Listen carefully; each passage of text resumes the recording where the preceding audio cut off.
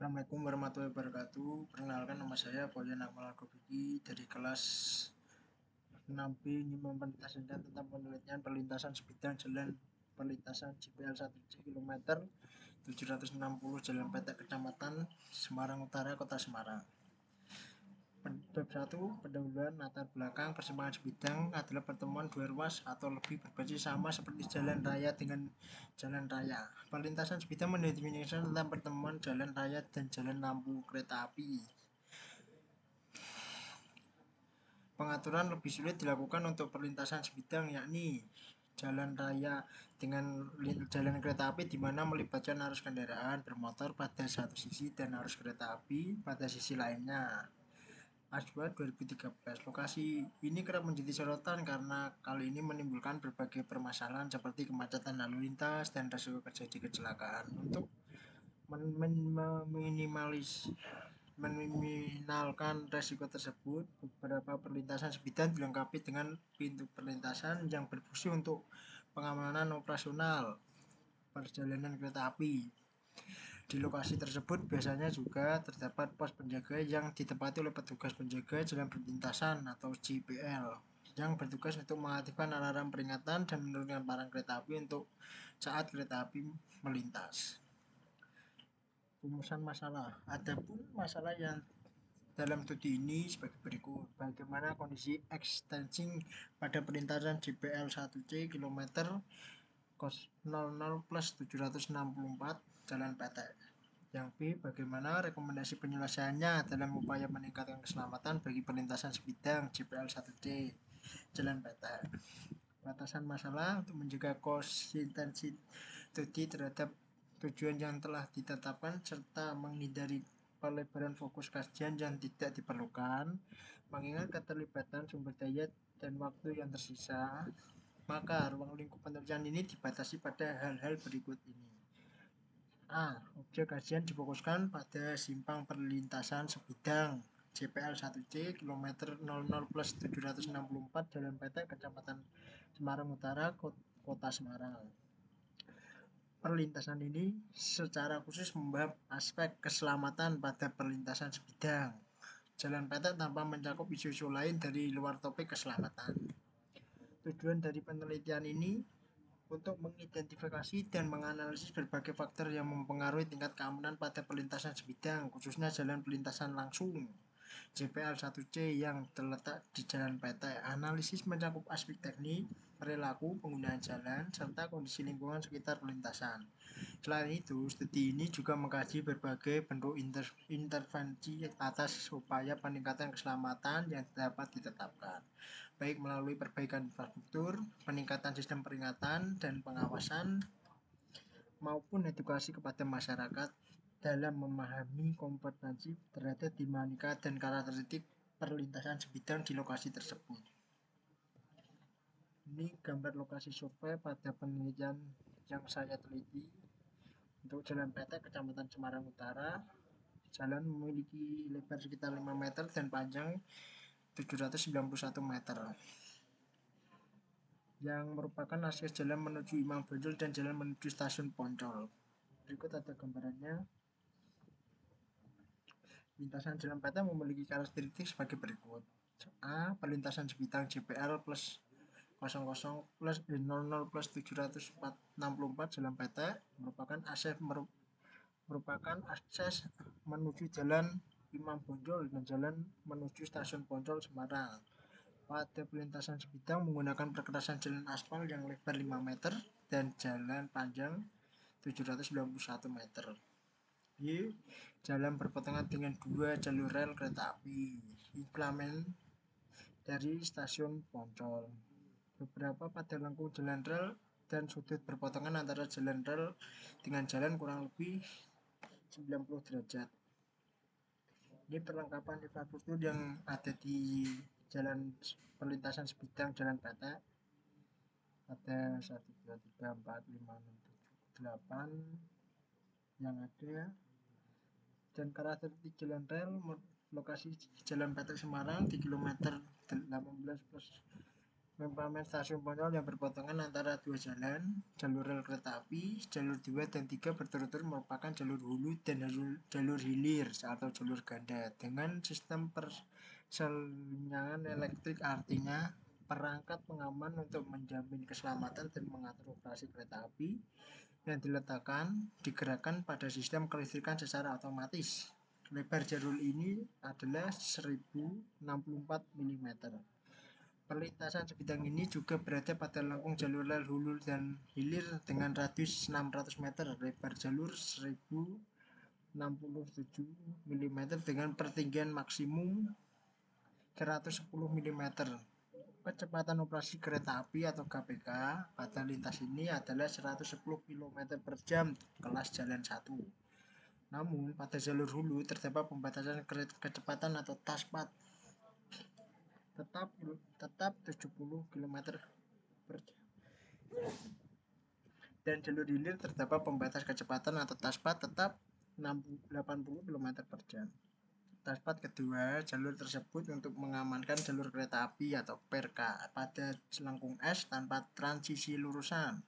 Menurut PM60 tahun 2012, lengkung S terjadi bila dua lengkung dari suatu lintas yang berbeda arah lengkungnya terletak bersambungan dan harus memiliki transisi lurus sekurang-kurangnya sepanjang 20 meter di luar lengkung peralihan. Perkerasan pada jalan raya menggunakan perkerasan aspal.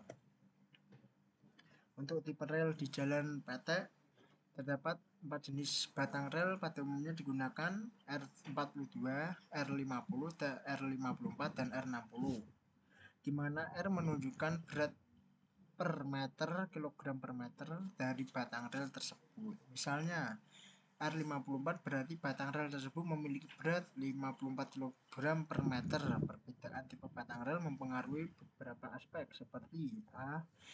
Kapasitas maksimum tekanan atau axle load yang dapat ditanggungkan oleh rel saat kereta api melintas.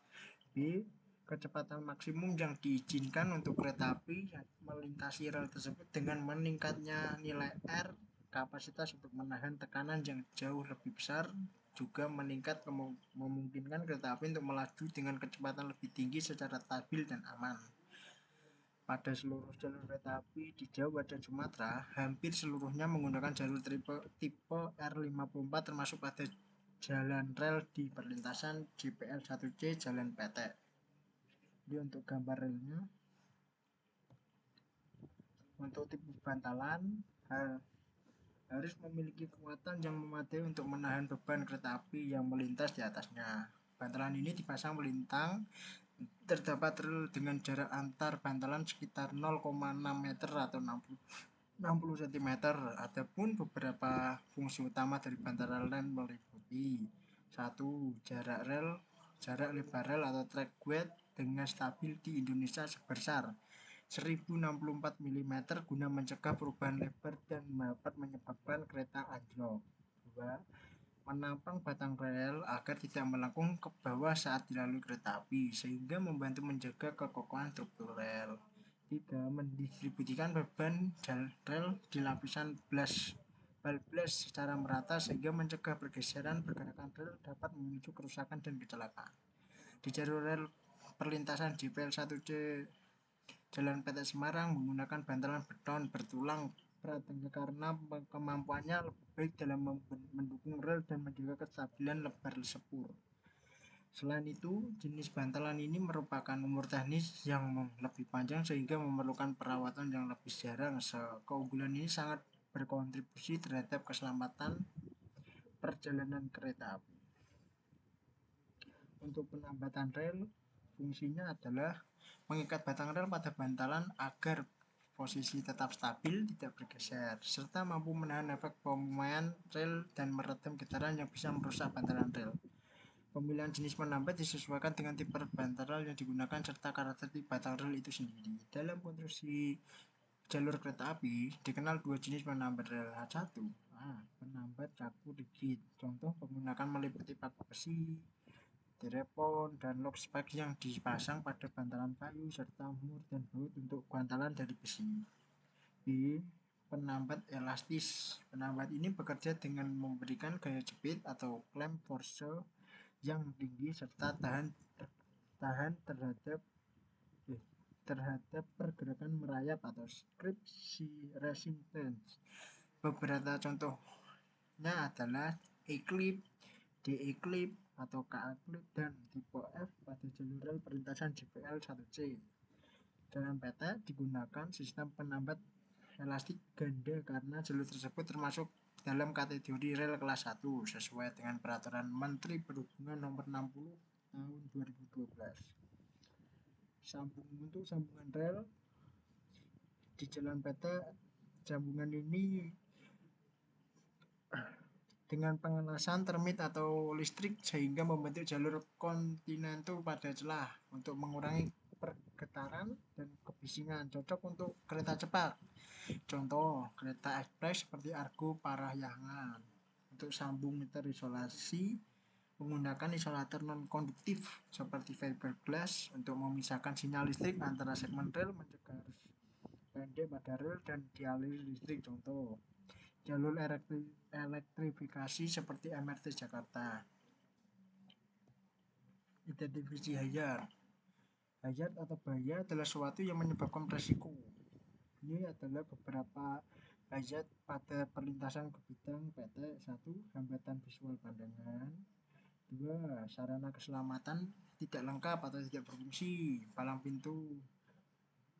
3. Perilaku penggunaan jalan yang beresiko. 4. Volume lalu lintas tinggi. 5. Genangan dan resiko saat hujan. 6. Penerangan yang kurang memadai pada saat malam hari. 7. Kereta datang dari arah berlawanan. 8. Aktivitas liar atau tidak resmi. 9. Minimum sosialisasi dan edukasi pada masyarakat. Untuk rekomendasi: 1. Peningkatan sarana fisik dan infrastruktur, mengganti palang pintu manual dengan sistem otomatis secara basic sensor, perbaikan permukaan perlintasan agar rata, tidak berlubang dan aman, pemasangan lampu dan bel otomatis, penerangan lampu ditingkatkan dengan lampu LED yang terang dan tahan cuaca. 2. Penataan lingkungan sekitar perlintasan, penertiban bangunan dan lahan kereta parkir liar di sekitar perlintasan untuk memperbaiki jarak pandang, memangkasan pohon yang vegetasi yang menghalangi jalur terhadap rel dan sinyal, penutupan atau pengawasan jalur-jalur penyeberangan liar, pengolahan lalu lintas dan disiplin masyarakat. Penempatan petugas juga atau PKD atau Linmas saat jam-jam sibuk membantu mengatur lalu lintas dan menertibkan pengguna jalan. Pemasangan rambu-rambu tambahan seperti tanda hati-hati, marka kejut atau speed bump menjelang perlintasan, lampu larangan menerobos palang. 4. Sosialisasi dan edukasi kepada masyarakat. Kampanye keselamatan berkendara perlintasan kereta api khususnya di sekolah, komunitas warga, dan medsos.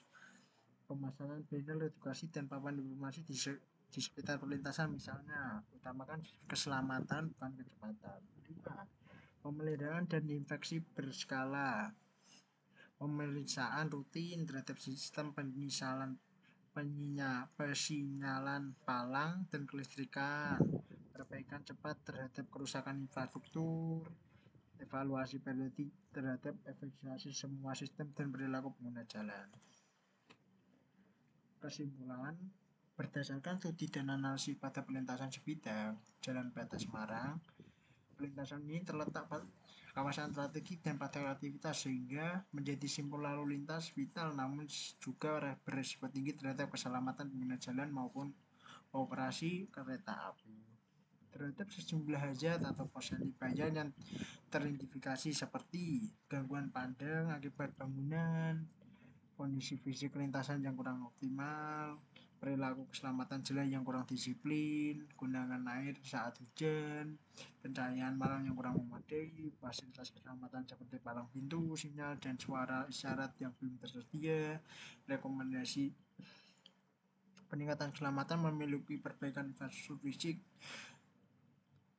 peralatan lintasan, penerangan, drainase, penataan lingkungan sekitar, edukasi masyarakat, penegakan disiplin, lalu lintas, serta pemeliharaan dan inspeksi skala oleh instansi terkait. Dengan penerapan strategi peningkatan keselamatan secara menyeluruh dan berkelanjutan, risiko kecelakaan di perlintasan JPL Banten Semarang dapat diminimalisir dan mobilitasi masyarakat tetap terjamin secara aman dan efisien. Terima kasih. Assalamualaikum warahmatullahi wabarakatuh.